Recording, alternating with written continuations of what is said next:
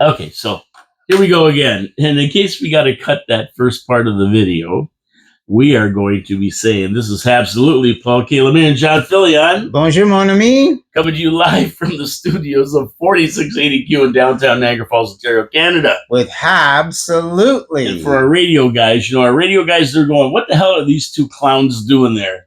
We're repeating ourselves. Yeah, we start a video, then they stop, and then they start. And the radio guys, you got it full right straight through. So the guys on the video will not hear that first part. They're going to hear our new start. But John, here we are. It's hockey weather out there. Wow, it's hockey weather. It's hockey season. We're already 4 games into the season. I can't believe it. Already 148th of the season is gone. Did I do that math right? I believe you did. Okay. Anyway, here we are today, show number 102, Absolutely.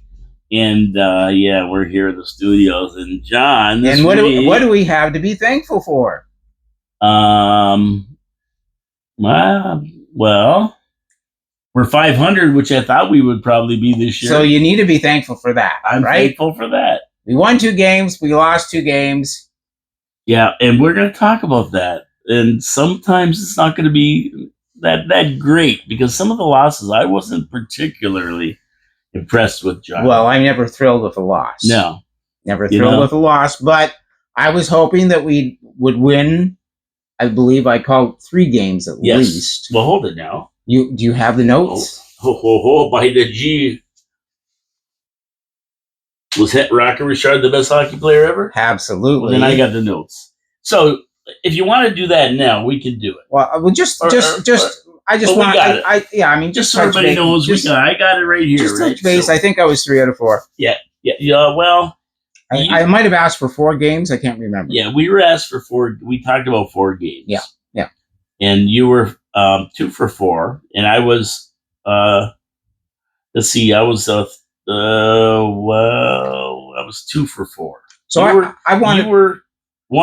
You were 2 for 4, and I was 2 for 4. Yeah, I think I wanted all 4 us to win all 4 games. Yeah, and we won 2. So and I said we were going to lose against the Leafs, and we were going to win against the Bruins. So I flopped them, but I got the other 2. We're just like the Habs. We're 50%. Yeah, just like the Canadians. That's not so bad. But there was we saw brilliance on the ice. Some brilliance on the ice from the Habs, and we saw ourselves getting schooled in 2 games. And great game against the Leafs. Sammy putting in a career night. We got beat a few nights later by the Geezers on skates. And I think that's basically those 4 games are kind of an indication of the way the season's going to go.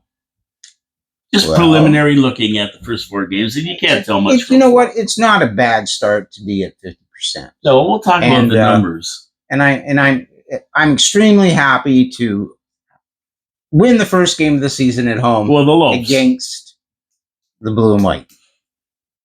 It's always good to beat the Loafs. That was nice. Shut them up. But I even more wanted to beat the Bruins, though. I mean, I thought the Bruins were ripe for the picking.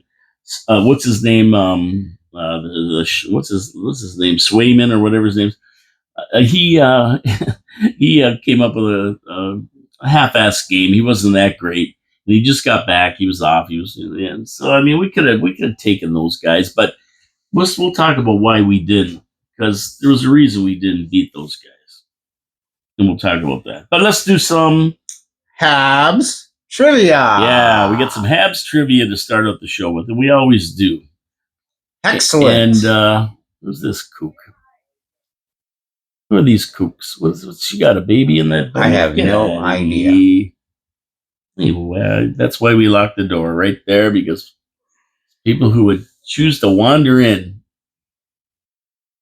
He's a wanderer, all right. What the heck, these people? Anyway, Wanderer, isn't that a song by Frankie Avalon? Yeah. Well, I think it could have been, right? I believe it was. Today's trivia, though, the Habs have a lot of captains over the years. They've had a lot of captains, right? You know, I just realized the other day, J.C. Tremblay was a captain. There you go. He's one of 30. I think we've had 30 He was captains. one of our captains. Well, yeah. I mean, our team's 100 and how many years old? 110? Yeah, something like that. Maybe a little bit more. But debut. But there's a but. There's a debut. Who was the first player born in Quebec to be named captain of the Habs. The very first? The very first French-born in Quebec player. We've had a lot of French-Canadian players, but who was the first player born in Quebec to be named captain of the Habs? I'm going to give you four choices. He'd be French-Canadian. He'd be French-Canadian, born in Quebec. Born in Quebec. A lot of players are French-Canadian, but they weren't born in Quebec. Right, so it's a trick. There's a trick here, right? Born in Quebec. I'm going to give you four choices. Okay. Newsy Lalonde. Newsy Lalonde. I don't think he was born in Quebec. Silvio Mantha. Silvio Mantha. Yeah, Silvio What year Mantha. did he play for the Habs? I don't know. Okay. But he did play for the Habs. Okay. Was probably in the same year as this guy was named captain, somewhere around there. I looked up the roster. Okay. Hector Toe Blake. Hector Toe Blake was probably not born in Quebec. And Emile Bouchard. I think Emile Bouchard was born in Quebec. So I'm going to pick Emile Bouchard. Out there in Videoland, what do you think it is? Newsy Lalonde, Silvio Mantha, Toe Blake, or Emile Bouchard? John's pick, Emile Bouchard. Butch Bouchard's father, I believe, right? Well, let's talk about that. Okay. With all the great French-Canadian captains, Emile Butch Bouchard took over the C in 1948-49 season, making him the first Quebec-born player to wear the C. Yes! Johnny got it again. Now, this is hard to believe since there were so many French-Canadian players that have worn the C, including one Hector Toe Blake, who was born in Victoria Mines, Ontario. Yeah. That's the Northern Ontario French Canadians.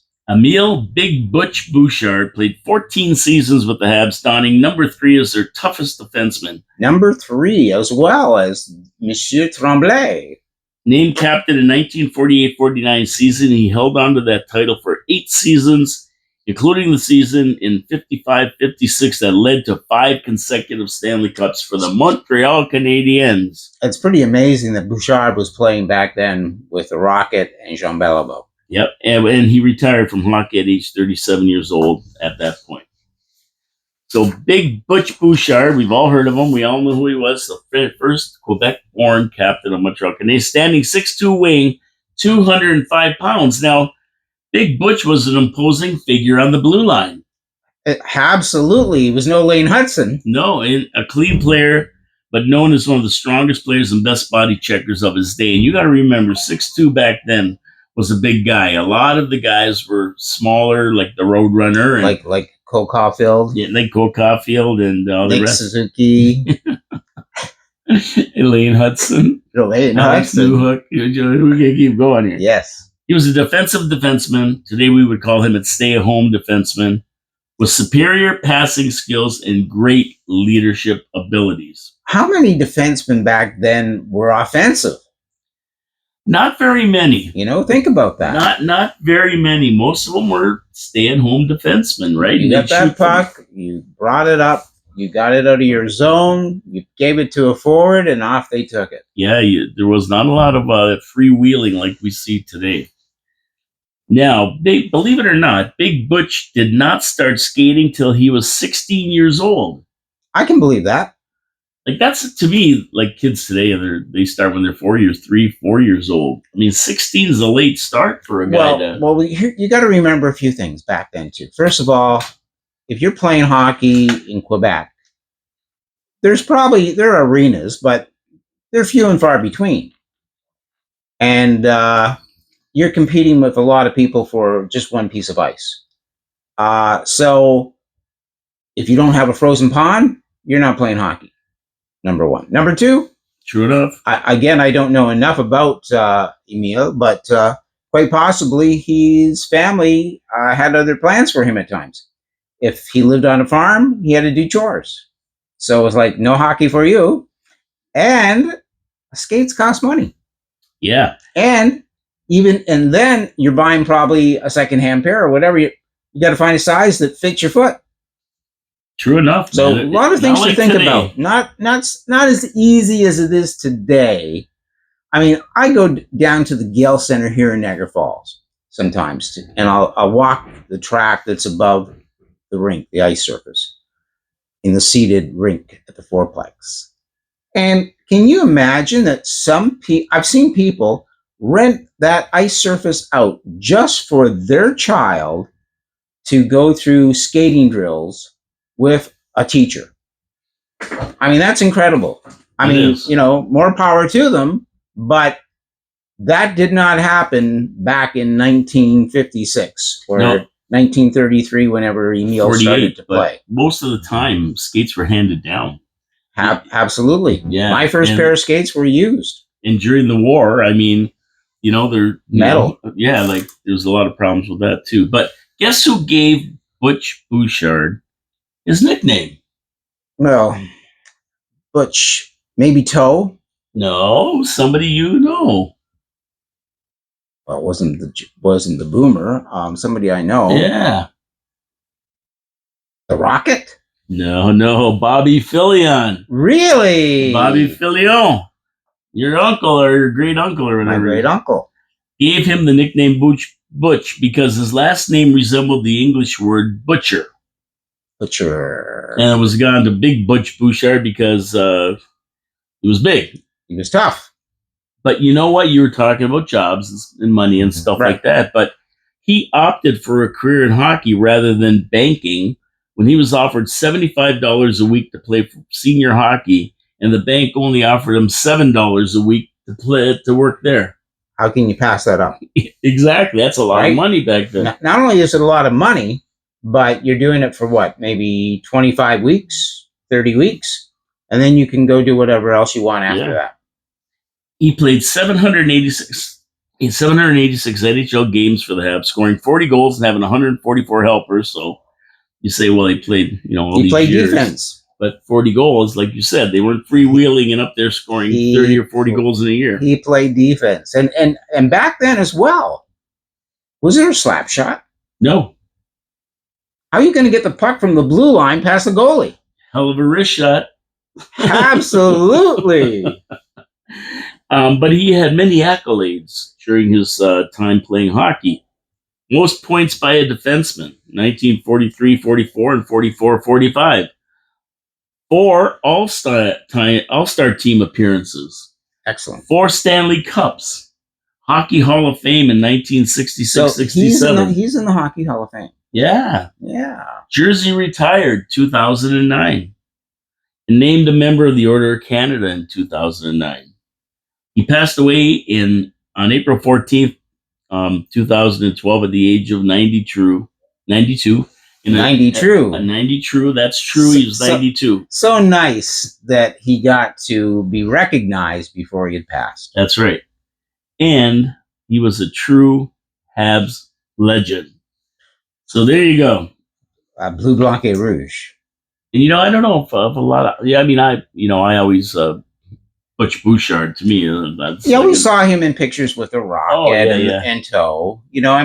He was a staple, like you said, on that defense. And so he wasn't in the limelight because he wasn't putting the puck in the net, but he was the backstopper. He was the guy. He was the guy that made the goaltenders great too. He held the line.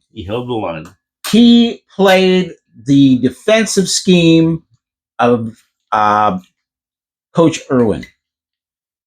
And then later, Coach Blake, Dick Irwin. Yeah, absolutely. Yep. And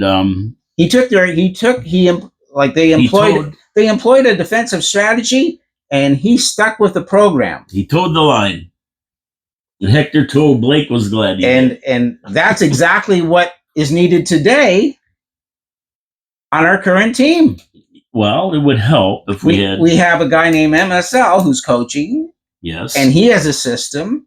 And now he's starting to, I'll say, demand that the players that he's invested his time in, as well as, his belief in, start adhering to his style of play, what he wants to do, what he wants to accomplish to achieve success for the Montreal Canadiens. Exactly. And part of that is being responsible on your own end. Absolutely. And responsible to the strategy of the defense. There you go. So anyway, what a great guy, Butch Bouchard. I mean, great part of the Canadian history, and I hope everybody enjoyed hearing about Big Butch Bouchard. I know I mentioned his name so many times. Well, I mean, and who would really think that it took probably 20 years, basically, for a French Canadian to become a captain of the team? Yeah. Right? Yeah, exactly.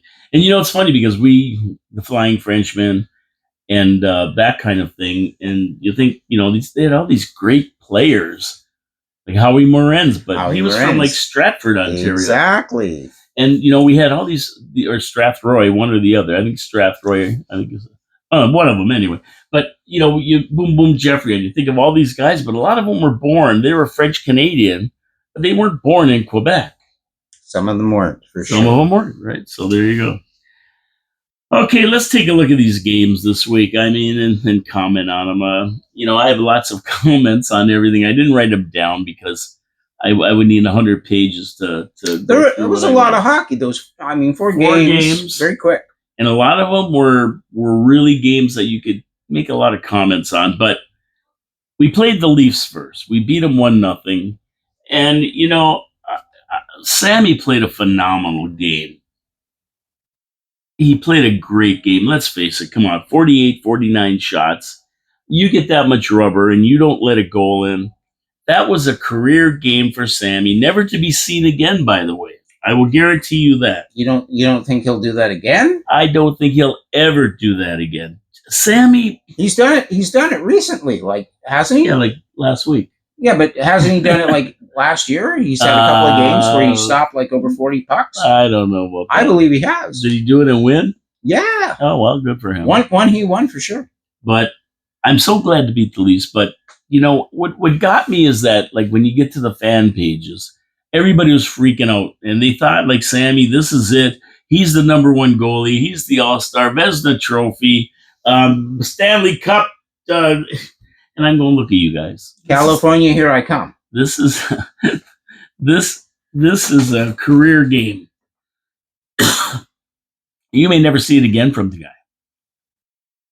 The game, I guarantee you, MSL was not happy with this game.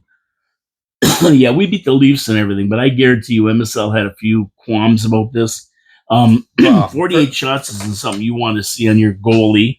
48 shots. I mean, the only time you see 48 shots on your goalie should be in practice. Yeah.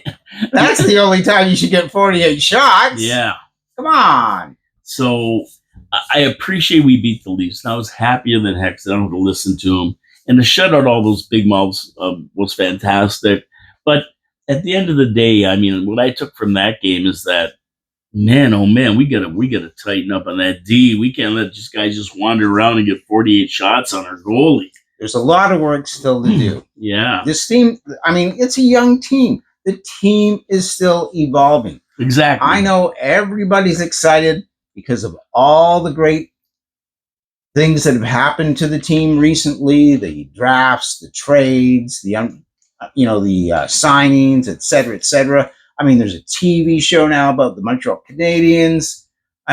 Everybody's excited, but we have to have patience.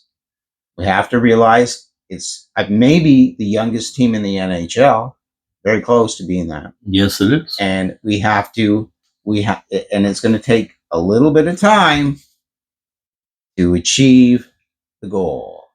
Yeah, and you take a look at these games, these first 4 games, and although we lost a couple of them, and then we'll talk about that, I still try to extract these flashes of brilliance, knowing that these flashes of brilliance are going to become more and more common.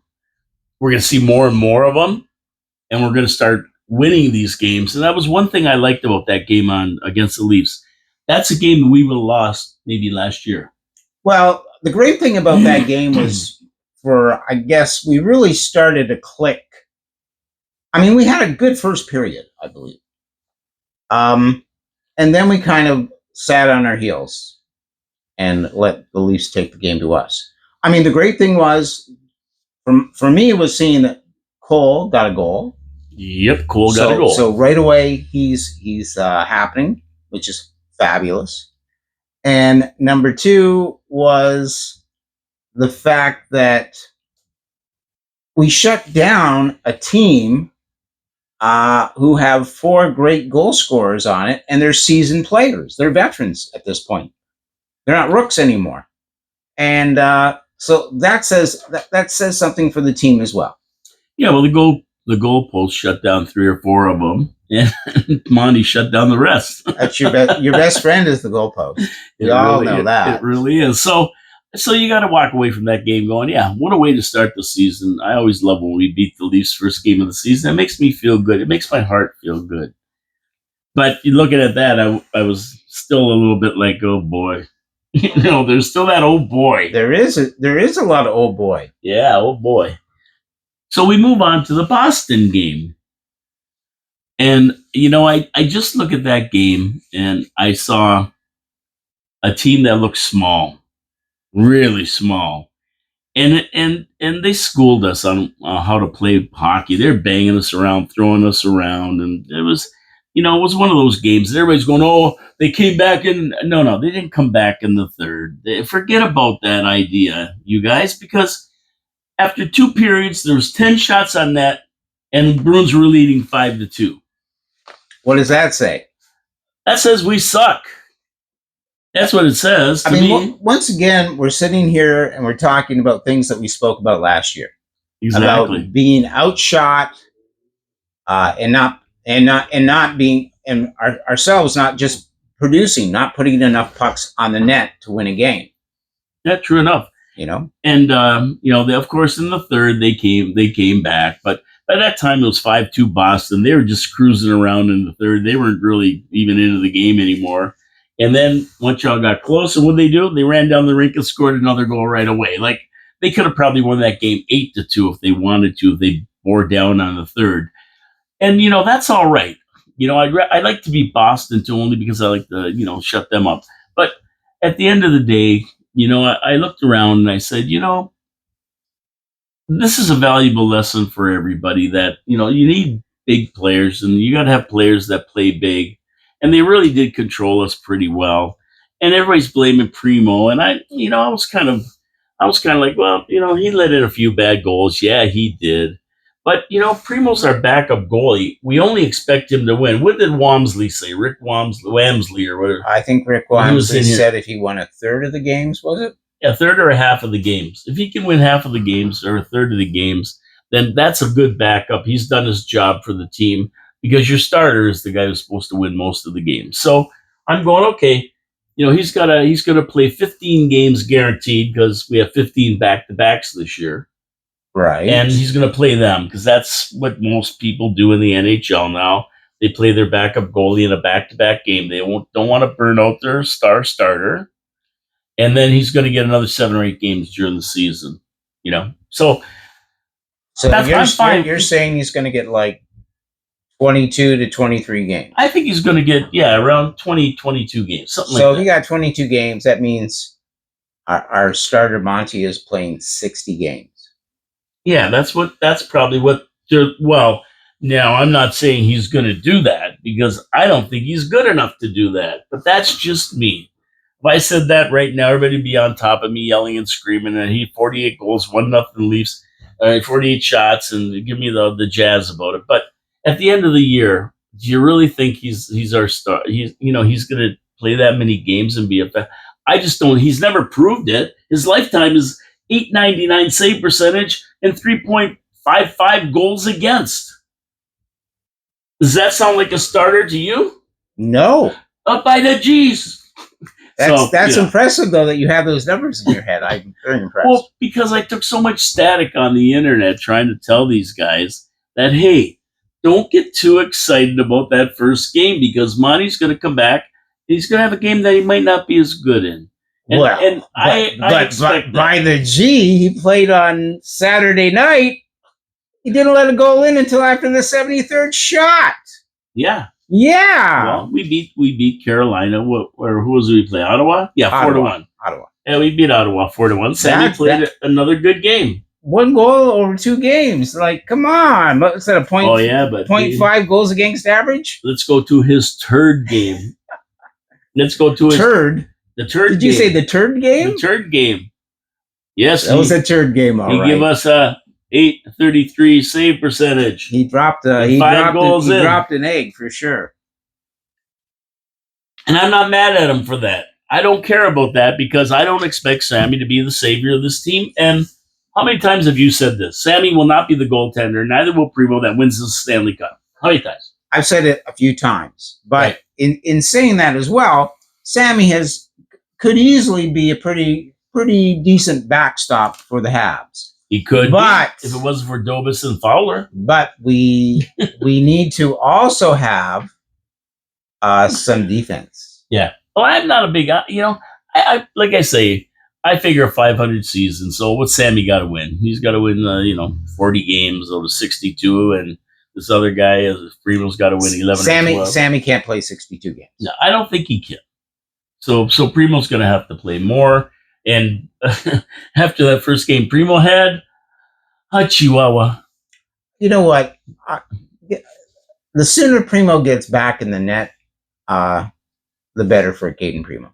I agree. And I also think the better for the Montreal Canadiens. Yeah. To be honest with you. And people are saying get rid of him in that, but I'm going, no. One game? Come on. Hughes at MSL made a commitment last year not to put him on waivers and to run with 3 goaltenders. Not only that, they didn't want to get rid of him. Primo had better numbers than any of those the other 2 goaltenders last year. That's right. Even though he didn't play that many games, but he had better numbers. How soon we forget. Absolutely. But anyway, so that second game, Boston, they just took us to school on how to play hockey.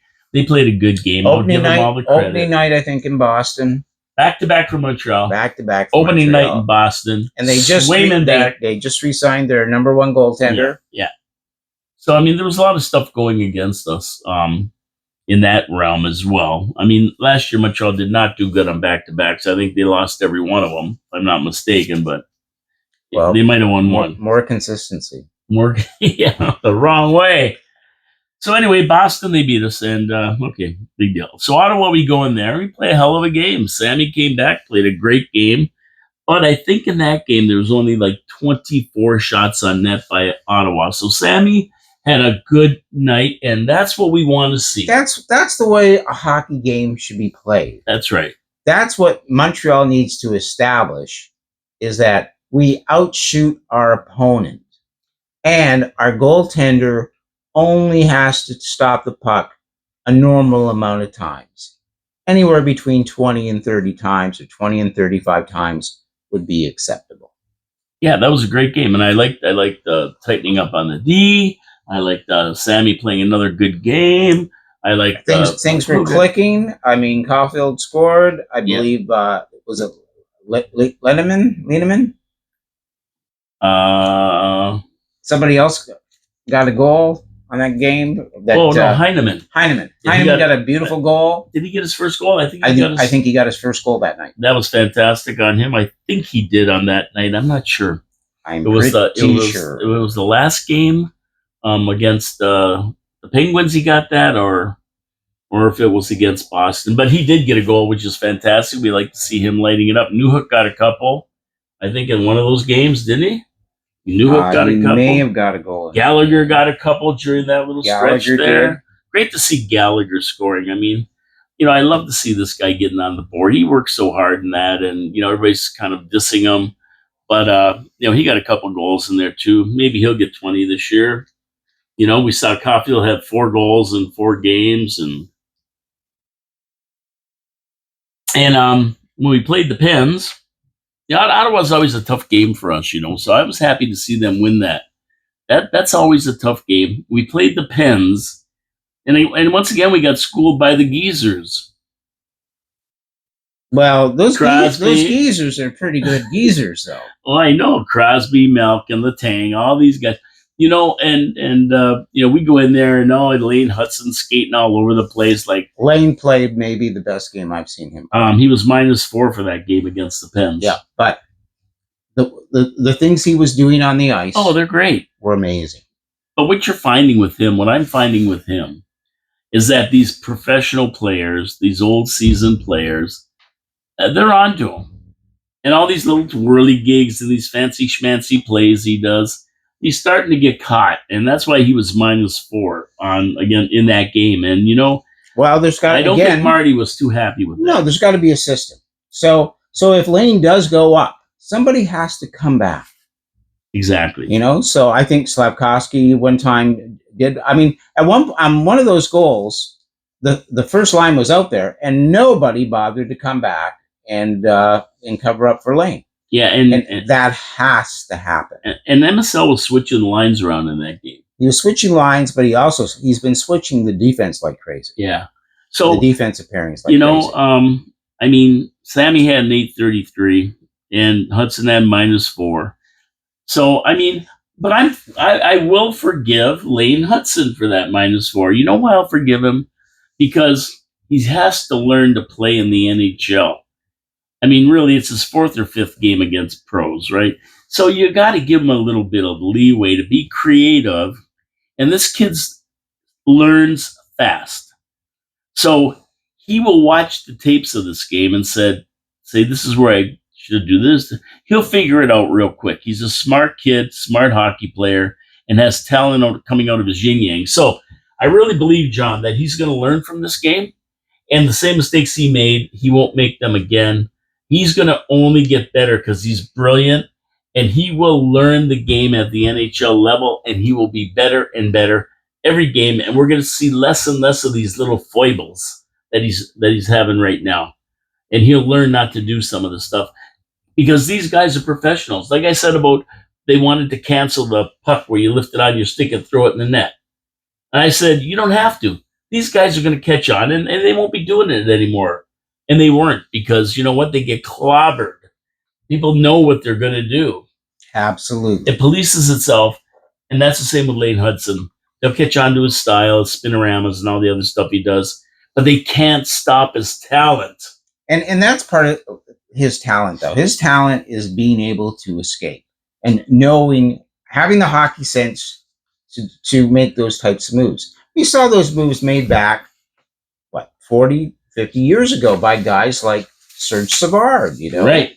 Who said, oh, how am I going to get around this guy? I'm going to do... What if I do a spinorama? A Savardian spinorama. What if I start doing that? Will that help me to get that puck out of the zone? And basically, that's what hockey is about. Hockey is about coming up with a system about getting the puck out of the zone. Sometimes you'll see Slavkovsky, and I saw him do it recently, where he knew that the team was a little tired, that they were a bit gassed. He had to get the line change. So he took a puck and he flipped it up and put it blue line to blue line so that everybody could have an opportunity to clear the zone. Yeah, and Lane Hudson has that little trick he does too. He looks like he's going to pass it back, drop it back like the play that I hate. Right. And then he takes off with it. And that's just being smart. That's like a quarterback. That's like, Patrick Mahomes, Tom Brady, you gave me space, I'm going to take it. So that's the important thing, is not trying to do things that you are trying to invent. Take what is given to you. So, and MSL has been talking about, when people are saying, well, maybe we need to play more simple, and Marty will go, not on defense. Like on defense, that's when we really need to step it up. We need to be like doing everything we can to regain that puck. Now, once we have the puck, maybe then we can be a little more simple. And that is like, well, maybe then we can just shoot it up the boards. It's like, and I read him talking, and he'll say, it's like, let's just get on base first before we try to hit like a grand slam, basically. Yeah, that's his philosophy there. In the Boston game, we were 37% in the faceoff circle through 2 periods, right? And we talked about this before, John. If you can't win the faceoffs, you don't have puck possession. Correct. If you don't have puck possession, you can't score goals. Correct. And more possession time. Right. And not only that, when you give up the puck, the other team can score. That's right. And people were saying, well, at the end of the game was 50-50. Okay, yeah. But by that time, it was 5-2 for the Bruins because we had no puck But possession. the goals had already been scored. Yeah, exactly.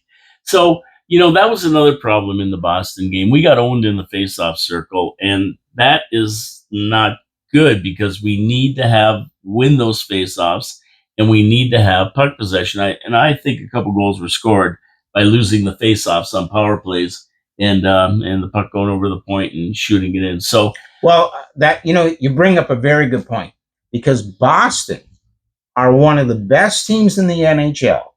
It's hard for me to say this, actually. Hard for me to use the word. You listening, Chopper? Hard for me to use the word best in Boston. Bruins. Boston Bruins are one of the best teams in the NHL to have set plays from the face-off in the O-zone. They do. And I believe they ran one of them during one of the PPs, and they scored like automatically. I think they scored in like 4 or 5 seconds, something like that. Boom, done. Penalty, 4 or 5 seconds later, Boom. Goal. Yeah, and they do that. They practice that, and it was even worse when they had that. What was his name? Bergeron in the face-off circle. Bergeron sounds like a French Canadian. Yeah, Bergeron. I think it was his name, Bergeron. I think so. Yeah, I believe so. Yeah, and he was excellent. He's a great player. He was excellent. He'd win the faceoffs and get them right where he wanted, and the guy be standing there and just blast it. But Boston's whole way to play is to shoot from the point. That's their whole way they play the game. They shoot from the point and hope somebody tips it or goes off a leg. Deflection. That's what Deflection is key for a goaltender because the goaltender is playing the puck. So if it gets deflected, well, automatically now he is not in position to play that puck. Exactly. He's not playing for the deflection necessarily, although sometimes he might cheat and play that way. But the majority of the times, he's playing for the puck. Yeah, and they do that. But see, the thing is when you have size like this Brazo guy, you can stand in front of the net and get these deflections too. I mean, deflections are fortunate because the puck's got to get through and everything else. But the thing is these are things that Boston practices. It's part of their game to do this. This is how they play the game. And, it's just... and Boston have a core of players who have been playing together probably for over 10 years. They have a lot of newer ones this year, but they do have a lot of players that have been playing together for a long time. And that helps. And they know, they just are able to get the pucks through, which you see a lot of our guys. They're shooting the puck, it hits a shin pad and goes out, and now it's a 2-on-1. We saw a lot of that. And they've got to be smarter with the puck sometimes. And that's a 2-on-1 because somebody has not dropped back if Elaine Hudson has gone deep in the O-zone. Yeah. So, I mean, if you look at the highlights of these games, like who I like to watch and who were doing good, we spoke of some of them with the goals. But Gooley has been outstanding on defense in the last 4 games. Gooley is, I think for me, he's really okay. I think Gooley he's got to play the system as well. And the biggest problem with the D is they need to get organized as to whose responsibility is the puck when, basically. And once you grab that puck, then it's your responsibility to move it out of the D zone. And I don't care how you do it, but it has to leave the D zone. You can't just shoot it. You can't have possession of the puck and then give it away in your D zone. Yeah, and there was a lot of that. I saw them on the ice for 2.5 minutes one time. They just couldn't get it out.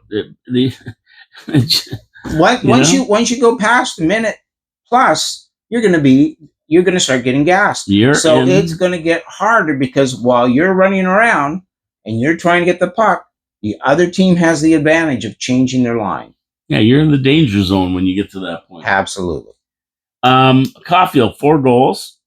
That's a big plus. That's a big plus. I mean, I think he could be on track for 40 goals this year. I'm just happy that he's confident that he can put the puck in the net. Yeah. That's what I'm happy about. That he's not struggling thinking, oh, can I still score like I did 2-3 years ago? Like Anderson? Somewhat like Anderson. Because Anderson had some chances. But Anderson is not the goal scorer that we ever believed Cole Caulfield would be for us. So if Cole Caulfield can live up to being one of our top 3 goal scorers consistently over the next 10 years, I think the team has to be very pleased with that. as well as his systematic defensive style continues to improve each season. Yeah, and he's gonna do that. And he seems to be doing that. He's got a talent. But Anderson, on the other hand, and again, it's that slow but surely thing that we've seen, and that's MSL developing Cole Caulfield.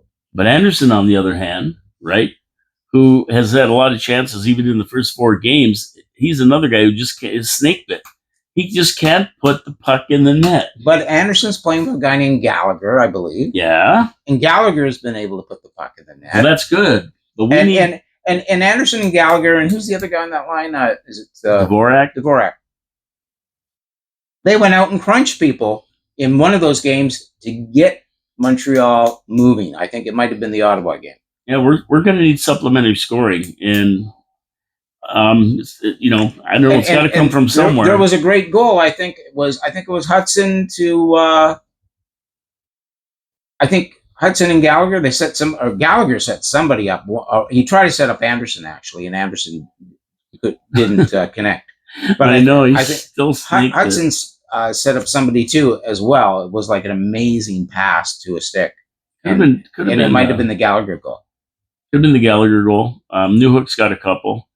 The sheriff took care of business. I liked him out there.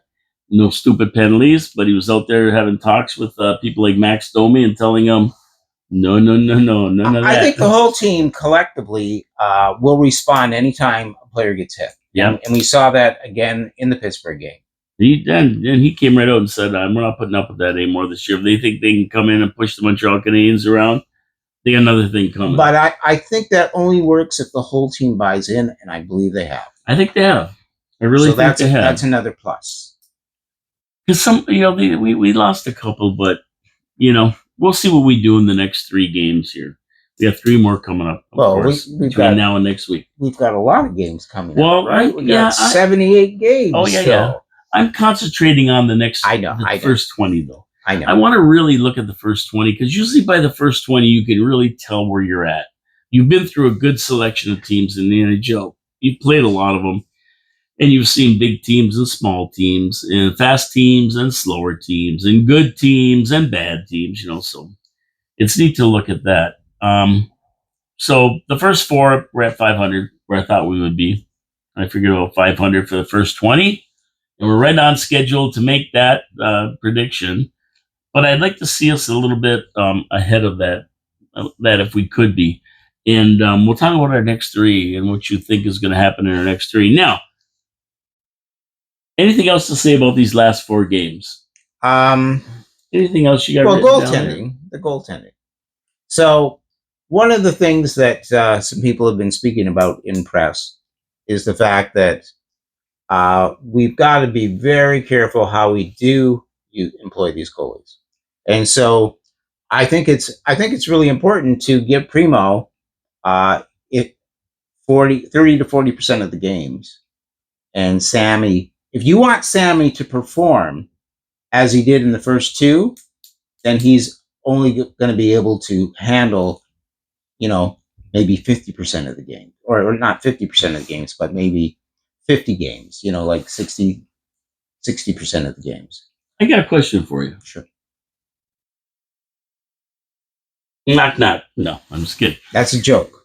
A lot of people were saying that he should have started Sammy against Boston because the beginning of the season, they're just starting. He's going to get tired. Why would you play back to back that way?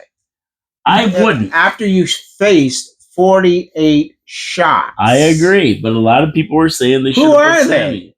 These people. Well, these people need to watch a few hockey games or play hockey themselves. Let's say play hockey themselves. Why don't you get in the net and play a game where you get 48 shots? Not only did you get 48 shots, but how many shooting opportunities or shooting attempts did you have to face?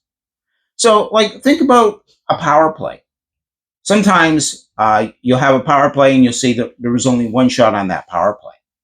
Okay? 1 shot is nothing. But how many times were people attempting to take a shot?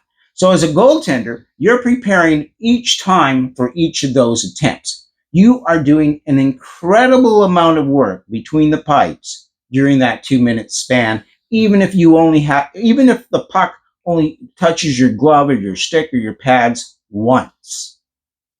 Okay? That's true. So think about this. If you play a game of 48 shots, there's also probably at least another 20, 30 maybe shooting attempts. So you played the puck now for 80 occasions of a puck being shot at you. Okay? That's a lot of work to endure. It is. Okay? And that's why Sammy should have had that day off when you have two goalies and you're playing back to back. And that's why Sammy can't play 60 games, because not only will he have shots to block, but he will have shot attempts to deal with during the game. Now, here's what some very intelligent people are saying. We had an elite goaltender on our team, whether Paul Kalemir believes that or not. Patrick, named Carey Price. Oh, that guy. That guy. Oh, and Carey Price, for most of his season, would play 60 games. And Carey Price, you know what? Carey Price is still on our team. Bring him in. Carey Price is still in our great idea. Bring him in. Put him in there. Paul, that's maybe the best idea you've ever had on the show. Yeah, and back him up with a Zamboni driver. Oh, wait a second. We can't bring Carey Price. No, we can't. Why? Because he sucks. Because he can't play. Why? Because he's hurt. Oh. Because Carey Price destroyed his knees. And why did Carey Price get why is he in such horrible physical condition? Because he played 62 games a year. That's right. He played too much. He played too much. We played him too much. And so there's the lesson. So there you go. All you people who were saying that Sammy should have played the back-to-back game, wrong. There's the lesson right there. And believe me, we've got a game against LA, I think, on Thursday. Tomorrow? Yeah. Yes. I better see Caden Primo in the net. I'd like to see Caden Primo. I better see Caden Primo in the net. Not I'd like to see Caden Primo in the net. Well, I better see Caden Primo. We'll find out what MSL thinks here. So that's my big take on goaltending right now. There you go. Okay. Good explanation. If you're wondering out there, now you have your explanation. Now, the other thing we need to talk about is defense. The D. So my understanding is there's a defensive system out there that Marty St. Louis is trying to get his players to buy into and employ. MSL is, I think, happy with his players over the last couple of years. He's created that family culture. And that's where you hear a guy like Jack saying, we're not taking this anymore. We're a collective. We're protecting each other. I think that's great. I think as well, the fact that Marty is letting everybody develop and giving them opportunities. And he's asked them to be responsible. But now he's also saying, as you mature, I need more from you. I need you not only to be the best you can be and give me the best of your ability every game, but I also need you to be responsible to what we are trying to do collectively as a team. So for this to work, for our systems to work, you have to employ the systems. You have to execute the systems. Now, I can't say that I know enough yet about MSL's defense system. I have an idea. I've read a couple of articles. I've seen some incongruences with those articles. So I've got to dig a little deeper. But I do know what he's trying to do is shut down lanes so that there are not shooting lanes for our competition to be executing on our goaltenders. I think the key here is, and what he's done is he's put in a system that he believes in and that he hopes our team believes in, that will help us to play better defense, get control of the puck, and then be able to take it out of the D zone. And that's what he wants, and that's what his goal is to achieve this year. So last year we were helping players develop themselves.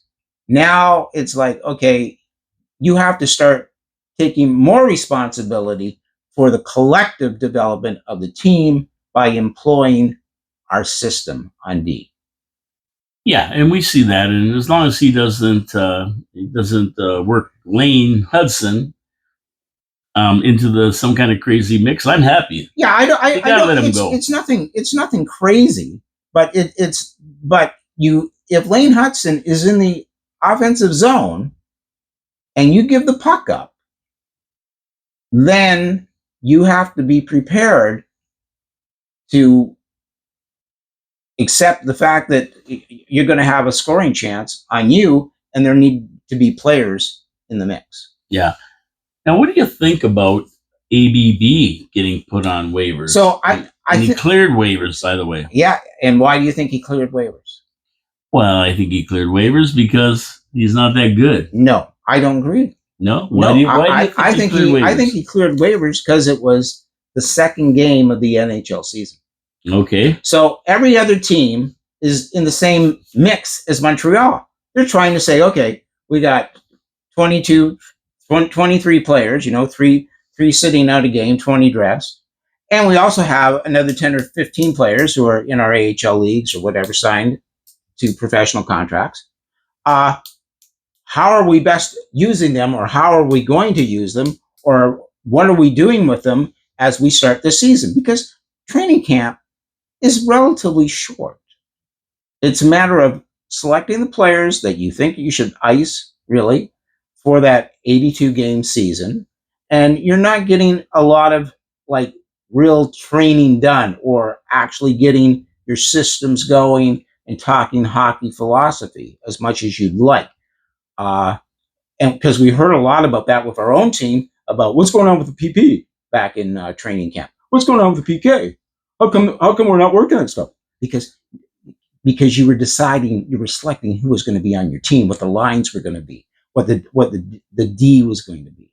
So now you've got every team is doing the same thing. They're all in the same boat.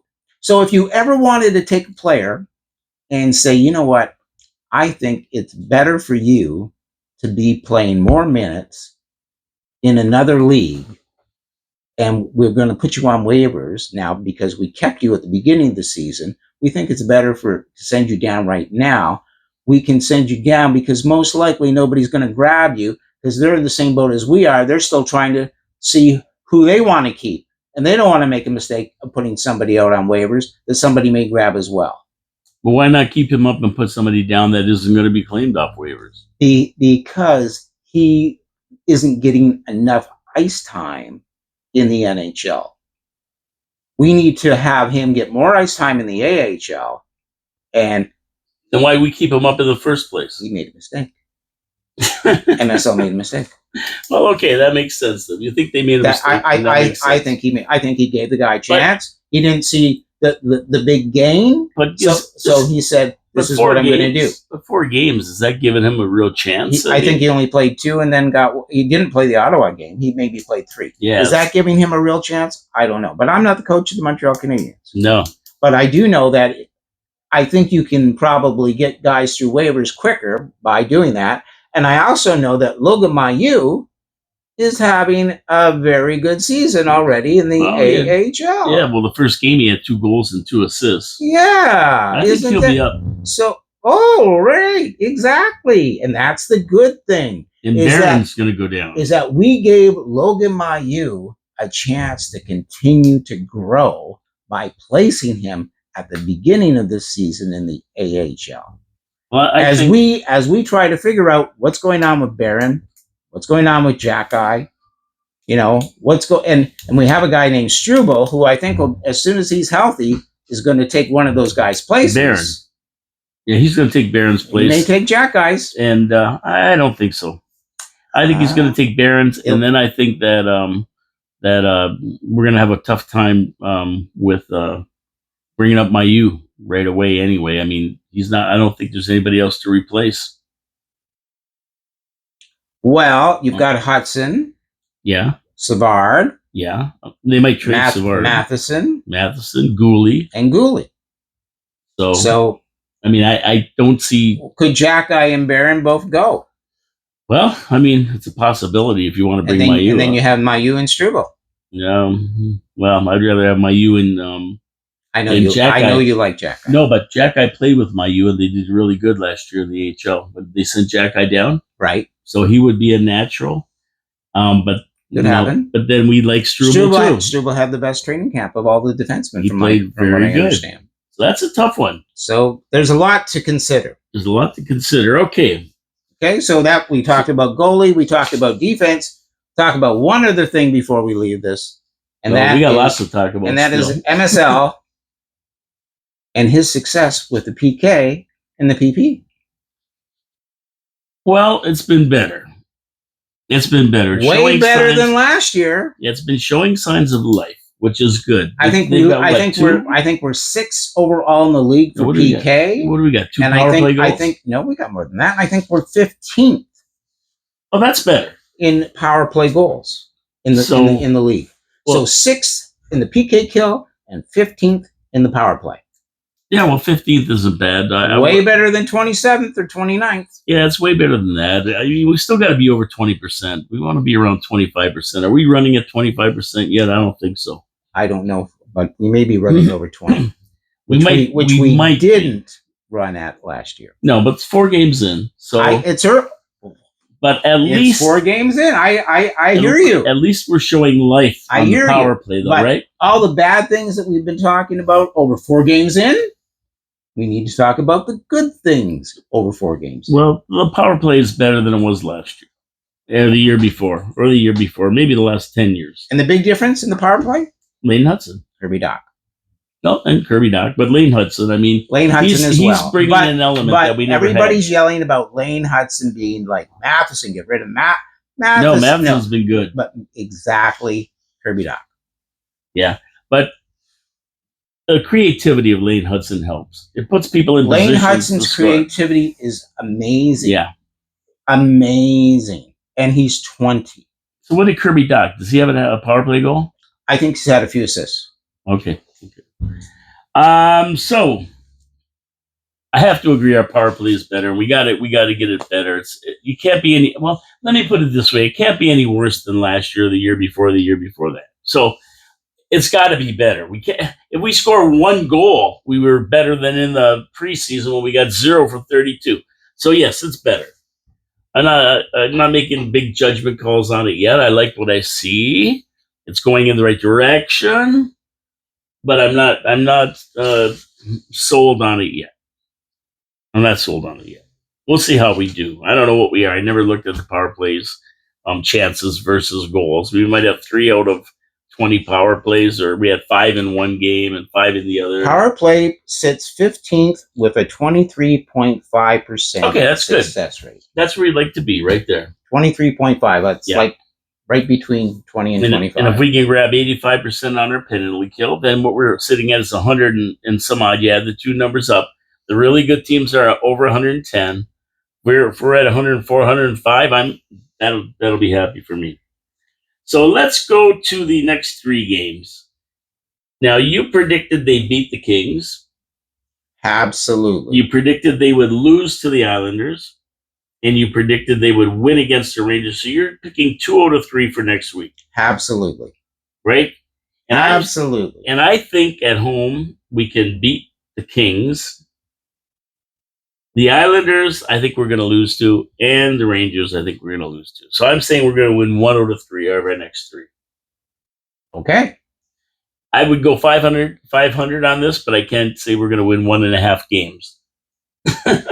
Absolutely. Unless we tie a game and it goes to overtime. There you go. I'll give you that. There you go. That's 1.5 games. So that's what might happen. Tie going to shootout, I'll give you that.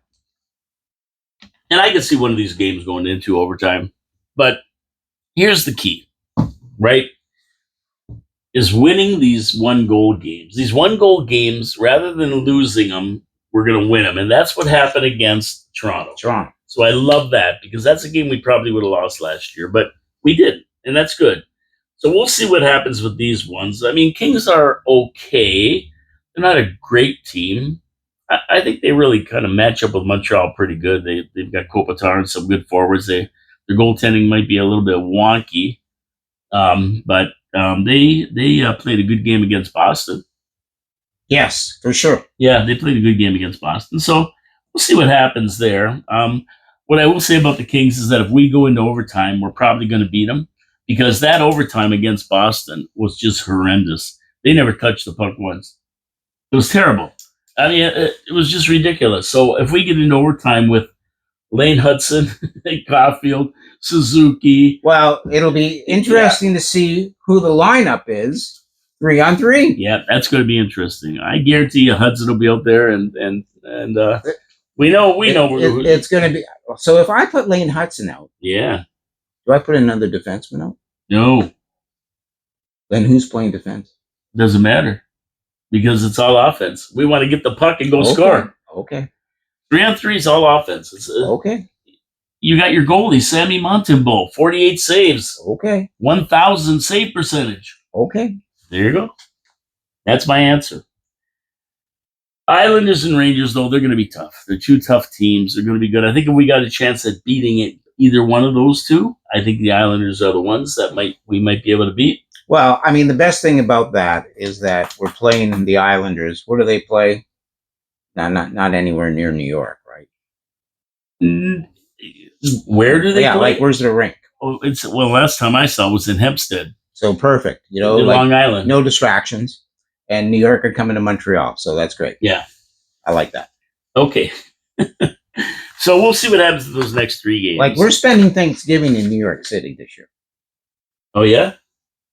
Okay, let's go. The Canadians are spending Thanksgiving, like American Thanksgiving in New York City. Yeah, I always wanted to go to New York City for Thanksgiving. I've done it once. Had a great lot of fun. I had my kids with me. It was a great time. I've done it in Vegas a couple times, but never in New York City. Did it with the kids. Went and saw the Macy Day Parade. Okay, the last one here, Les Trois Étoiles de la Semaine Dernière. Les Trois Étoiles. What do you got there? Well, Les Premières Étoiles this year, or this week, this semaine, Cole Caulfield. Okay. I'm so happy. You know, Cole scares me. His size. But, you know, I really think he's been working his ass off. I think he's been like seriously due diligence trying to become a better player. I think he listens to MSL. I really have to tip my hat off and say, good for you, buddy. And you deserve everything you're getting because you're working hard. You're trying to be a better overall hockey player. And I think as you achieve that goal, the scoring will just come. Okay, number 2. The deuxième étoile is got to be Samuel Montembeault. Okay. I mean, to win those 2 games, to let the first goal in after your 73rd shot, like I, explained, to have that many shooting opportunities going against you, fantastic. Number 3. The troisième étoile, MSL, Marty St. Louis, because you've addressed the PK, you've addressed the power play, and now you are addressing the team in general on the overall execution of strategy and making them more responsible, saying, okay, guys, you had a couple of years, we're developing you, but now you have to develop collectively. You have to play the system. It's just like when you see, it's like if we're playing man on man, you've got to be playing man on man. If we drop down to a zone in a certain part of the rink, you've got to click in and do that. And he is going to demand more responsibility from his players this year. That's going to be the biggest change in the Montreal Canadiens over the next 2 to 3 years. Yep. Well, there you go. Makes sense to me. Sounds good to me. I took Sammy, number 1, because Sammy gives us hope that the goaltending situation is going to be solved for this year. And I'm hoping that he continues with his play. I have my doubts, but I'll give him credit. At least he gave us hope. And we need hope in goaltending because we've talked about it all year, and that we thought was going to be our Achilles heel this year. And it still could be, but there's hope. Yeah. I like having hope.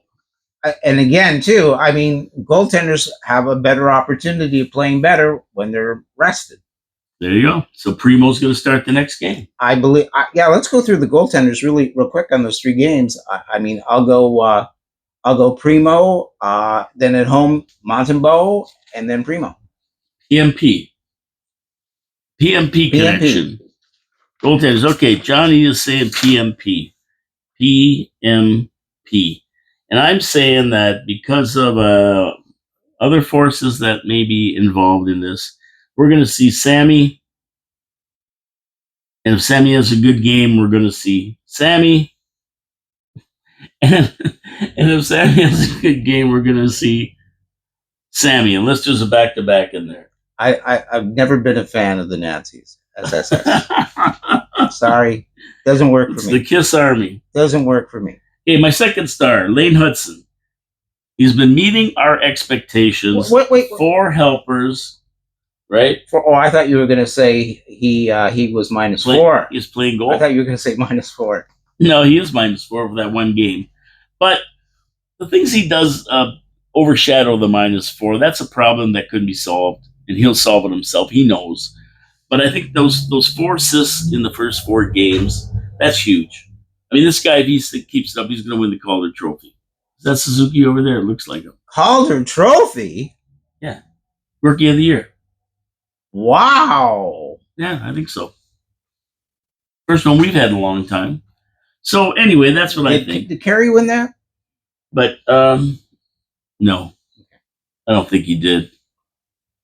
I don't think he won Rookie of the Year. Don't know. I don't think he did.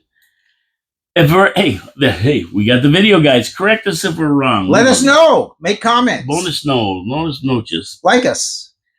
But I will add these caveats to my second choice. In the Pens game, we saw a few times where he made bad decisions and it looked like players weren't falling for his antics. I'm willing to bet this, as the season wears on, they're going to counter his moves. They're all pros. They know what they're doing. But I also believe he will find ways to get around them once he learns the NHL games. And I really, too, believe that he's going to find ways because he always has. That's his nature. He's a smart kid. He's going to do it. My third star, Cole Caulfield, for a great start, 4 goals in 4 games. I think he's on his way to 40 goals. And I want to give an honorable mention to the geezer, Gallagher. Yeah, Gallagher played I want to give him an honorable. This guy's looking better than ever. And boy, it's good to have him back scoring goals because not only do we believe in Gallagher, we always have. We always like Gallagher, even though his salary's a little high. We always liked him. And I'd like to see him doing well because he is kind of a little spark plug on that team. Well respected, well liked. And I think when you have guys like this, Hudson and Caulfield and Suzuki, and all these guys all pitching in, Jack guy, right? When you have these guys, it makes the team better. It makes the team and the culture better. I think Gallagher has played into MSL's system. Yeah, he's accepted his role. He's changed his style of play, and he's very conscious, if you watch him on the ice, of where he is. He knows where he should be, and he's making sure he is there, and he's not going after stray pucks when he knows he should be in front of the net. So he's not trying to make that special play. He's keeping his offense simple as per MSL. And I think he's accepted his role. He understands he's older now. He's been injured. He's not a young kid anymore, and his role is well defined in his mind. And he's going to play that role without any hesitation. And you got to love a guy who's the team guy like that, and he'll do that. You want a guy who will play the system that you're asked to play. Exactly. And that's what's so important. And he has no problem with it. Absolutely. And that's why we love him. Brendan Gallagher. Absolutely. Anyway, that's it for another week. We got to get out of here. But we will be back next Wednesday at noon with Absolutely. And we'd like you to watch our video, subscribe to our channel, give us a thumbs up or a thumbs down if you don't like us. That's fine. Comments. Lots of comments. Please. Lots of comments. Straighten us out if we're wrong about stuff. We want to hear from you. We want to know your opinion. Yes. Qu'est-ce que tu penses? Oh, oui. Du cement. Yeah, what do you think? Are we goofy or are we right? What do you think about these players? Anyway, we're looking forward to the next 3 games here. We made our choices and away we go. Have a great week, everybody. My name is Paul K. Lemire. This is Je m'appelle Jean-Louis Filion. coming to you live from downtown Niagara Falls, Ontario, Canada, in the studios of 4680Q. You've been listening to Habsolutely, and we thank you for doing that. Have a great day, everybody. Ciao, ciao. See you next week.